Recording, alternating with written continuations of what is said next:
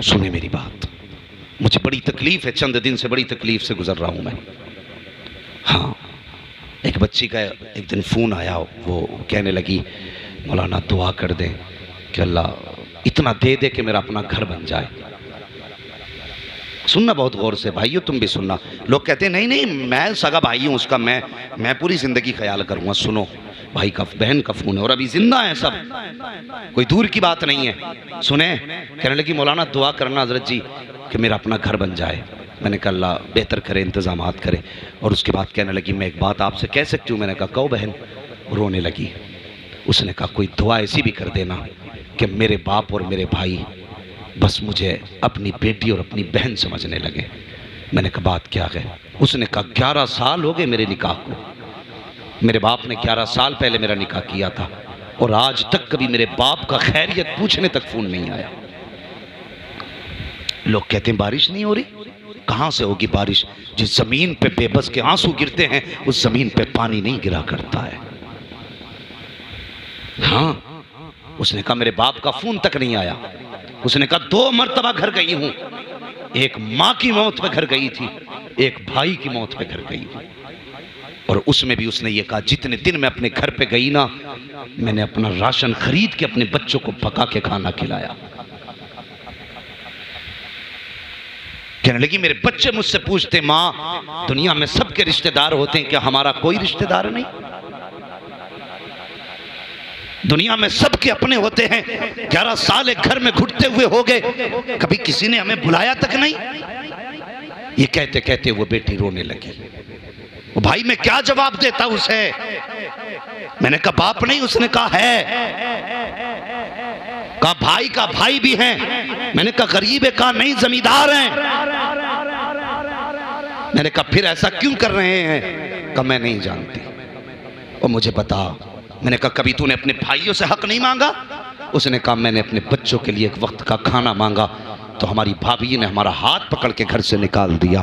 کہا مولانا جس دن سے سسرال آئی ہوں باپ نے پیچھا چھٹانے کے لیے 15 سال کی عمر میں نکاح کیا تھا۔ جس وقت نکاح کیا اس دن میرے باپ غریب تھے، آج امیر ہو گئے ہیں، پیسے والے ہیں، زمین والے ہیں۔ اور یار بیٹیوں سے یوں دامن نہ چھڑایا کرو، بیٹیوں سے یوں رشتے نہ توڑایا کرو۔ تمہیں نہیں لگتا ہے بیٹیوں کی زندگی کتنی مشکل ہوتی ہے کہ آج ہر گھر کا جھگڑا نکی ہے، بات بات میں کہتے ہیں طلاق دے دی جائے گی۔ پوچھو علامہ صاحب سید صاحب قبلہ سے، پوچھو قاری صاحب قبلہ سے، ان علماء سے پوچھو، یہ بڑی جماعت بیٹھی ہوئی ہے، آئے دن طلاق کے جھگڑے ہیں، آئے دن بیویاں چھوڑنے کے جھگڑے ہیں۔ بیٹے کسی کی بیوی کو، کسی کی بیٹی کو طلاق نہ دینا، کسی کی بچی کو گھر سے گالی پکے نہ نکالنا۔ تو نہیں جانتا ہے جب کسی کی بیٹی کا گھر اجڑ جاتا ہے تو باپ کے جگر پہ کیا گزرا کرتی ہے؟ باپ تو بوڑھا ہو جاتا ہے بیٹی کو جوان کرنے میں، لیکن بیٹیاں جب طلاق کے بعد گھر آیا کرتی ہیں اس کے بعد باپ کے جگر پہ کیا گزرتی ہے؟ خدا کی قسم اگر وہ درد پہاڑوں پہ ڈال دیا جائے تو پہاڑوں کے کلیجے پھٹ جائیں گے، لیکن ہم گھر اجاڑنے میں دیر نہیں کرتے۔ اور بھائیو تم سے گزارش ہے، بہنوں کو کبھی بوجھ نہ سمجھنا۔ یہ ابھی کچھ دن پہلے کی کہانی ہے،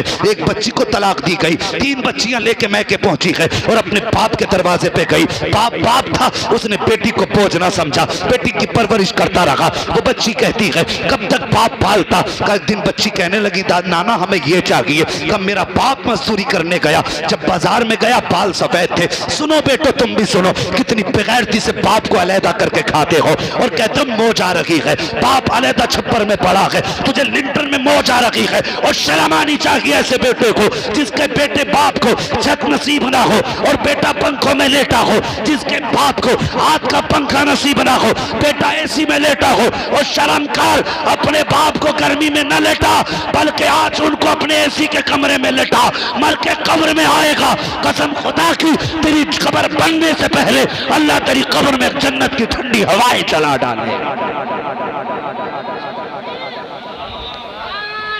رسالت مسلک اعلی حضرت، عشق محبت، عشق محبت، پیار محبت، پیار محبت۔ ہمارے یار اتنی محنت کر رہے ہیں آپ حضرات کے سامنے دل نکال کر، لیکن آپ بول بس توجہ کریں اور میری بات سنیں پیارے، خدا کے واسطے بارش چاہتے ہو تو اپنے ماں باپ کو راضی کرو، اپنے ماں باپ کو راضی کرو۔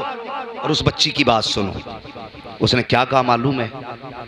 وہ کہتی میں باپ کے گھر آ گئی، میرے باپ نے دیکھا بھائی خرچ دینے تیار نہیں ہے نا، تو باپ میرا تھیلا اٹھا کے بازار جانے لگا، مارکیٹ مطلب مزدوری کرنے کے لیے۔ میں نے کہا ابا کدھر؟ اس نے کہا بیٹی بچوں کے لیے کچھ تو لانا پڑے گا، ابھی میں زندہ ہوں تجھے ہاتھ پھیلانے نہیں دوں گا۔ باپ باپ ہوتا ہے، بیٹیوں سے بھی گزارش ہے، خدا کے واسطے غلط قدم اٹھانے سے پہلے ایک بار باپ کی ذمہ داری سمجھ لیا کرو، سمجھ لیا کرو۔ ہاں، کسی کو فون لگانے سے پہلے ایک بار باپ کے سفید بالوں کو سوچ لیا کرو۔ جب تمہیں دنیا دھکے دے گی اور دھوکے دے گی تب یہی باپ تمہیں سینے سے لگائے گا، یہی باپ سینے سے لگاتا ہے۔ اس نے کہا بیٹی میں تجھے کسی کے آگے ہاتھ پھیلانے نہیں دوں گا۔ مارکیٹ گیا، لوگوں نے کہا تیری عمر نہیں کمانے کی، ہاتھ جوڑ کے کہنے لگا میرے گھر پہ میری بیٹی بھوکی بیٹھی ہے، کم سے کم دے دینا پیسہ لیکن مزدوری کرا لو۔ اللہ اکبر۔ کہتی میرے باپ نے مزدوری کی، پالا، لیکن باپ کب تک پالتا؟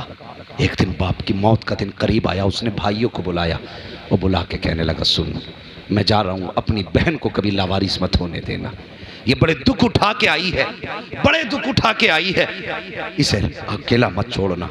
تو وہ کہتی میرے بھائیوں نے باپ کی چارپائی کے پاس کھڑے ہو کے کہا تھا ابا ہم وعدہ کرتے ہیں جیسے تجھے بیٹی سے پیار ہے ویسے ہمیں بھی بہن سے پیار ہے، مگر وہ کہتی ابھی 40واں ہوا تھا باپ کا۔ بھائی کہنے لگے تو کہیں اور جا کے رہے، تیری وجہ سے گھر میں جھگڑے ہو رہے۔ مجھ سے کہنے لگے اگر تو کہے تیرا گھر کہیں اور لے دے، تو وہ کہنے لگی میں نے کہا کہ میرے گھر کی ضرورت نہیں ہے، میں اپنے باپ کی اس چھوٹی سے چونپڑے میں رہ لوں گی، تم کہیں اور جا کے گھر بنا لو اپنا۔ کہا میں نے اتنا کہا، میرے بھائیوں نے ہاتھ پکڑ کے مجھے گھر سے نکالا اور دروازہ بند کر دیا۔ میرے بچے رو کے میرا منہ دیکھ کے کہنے لگے ماں اب کس کے دروازے جائیں گے؟ اس نے کہا میں بچوں کو لے کے باپ کی قبر پہ آئی اور میں نے آ کے کہا ابا کیا اچھا ہوتا کہ کم سے کم ایک کمرہ ہمیں دے کے آ گیا ہوتا۔ خدا کے واسطے آج جو بارش نہیں ہو رہی ہے نا، جھانک کے دیکھنا کہیں کہیں ہمارے رشتوں میں دراریں ہیں، اسے چھوٹا گناہ مت سمجھنا۔ میرے حضور نے منبر پہ بیٹھ کے ایک دن کہا تھا، فرمایا تھا جس سے اپنے ناراض ہوں وہ میری محفل سے اٹھ کے چلا جائے۔ یہ چھوٹا گناہ نہیں ہے، بہت بڑا گناہ ہے۔ فرمایا جس سے اپنے ناراض ہوں وہ میری محفل سے اٹھ کے چلا جائے۔ ایک نوجوان اٹھا، اٹھنے کے بعد اپنی خالہ کے دروازے پہ گیا۔ خالہ کلمہ پڑھنے والی نہیں تھی، حضور کی دشمن تھی خالہ، حضور کی مخالفت کرتی تھی خالہ۔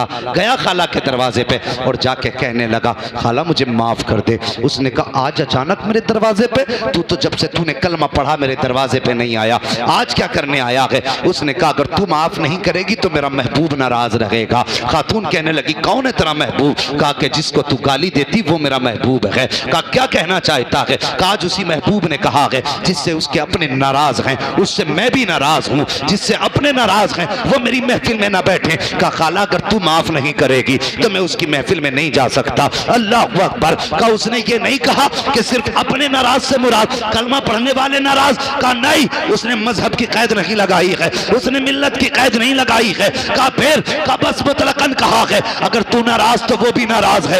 اس نے کہا پھر سن یہ فیصلہ یہاں نہیں ہوگا۔ کہا کہاں ہوگا؟ کہا وہاں چل جہاں تیرا محبوب بیٹھا ہے، مجھے بھی لے کے چل۔ خاتون وہاں آئی ہے جہاں مصطفیٰ جلوگر ہے، آقا کے سامنے آ کے کھڑی ہوئی۔ میرے آقا کریم نے دیکھا خاتون کی آنکھ میں آنسو ہیں، مصطفیٰ اپنی جگہ چھوڑتے ہیں، دروازے پہ آئے، فرماتے ہیں بتا کیا بات ہے؟ خاتون کہتی ہے محبوب اب دیر نہ کر، ہاتھ بڑھا کلمہ پڑھا لے، مجھے بھی اپنا بنا لے۔ آقا فرماتے اتنی جلدی کس لیے؟ یہ کیسے ہو گیا؟ اب تک تو گالی بک رہی تھی، اب کلمے کی توفیق۔ اس نے کہا تم نے کہا ہے جس سے اپنے ناراض ہو اس سے محمد بھی ناراض ہے۔ کہا یہ بھتی بھانجا میرا دروازے پہ آیا جب اس نے مجھ سے معافی مانگی ہے اور مجھے بتایا کہ تو تب تک ناراض ہے جب تک میں اس سے ناراض ہوں، تو میں سمجھ گئی جو زمین پر ہمیں اپنوں سے دور نہیں ہونے دیتا وہ ہم کو آخرت میں جنت سے دور کیسے ہونے دے سکتا؟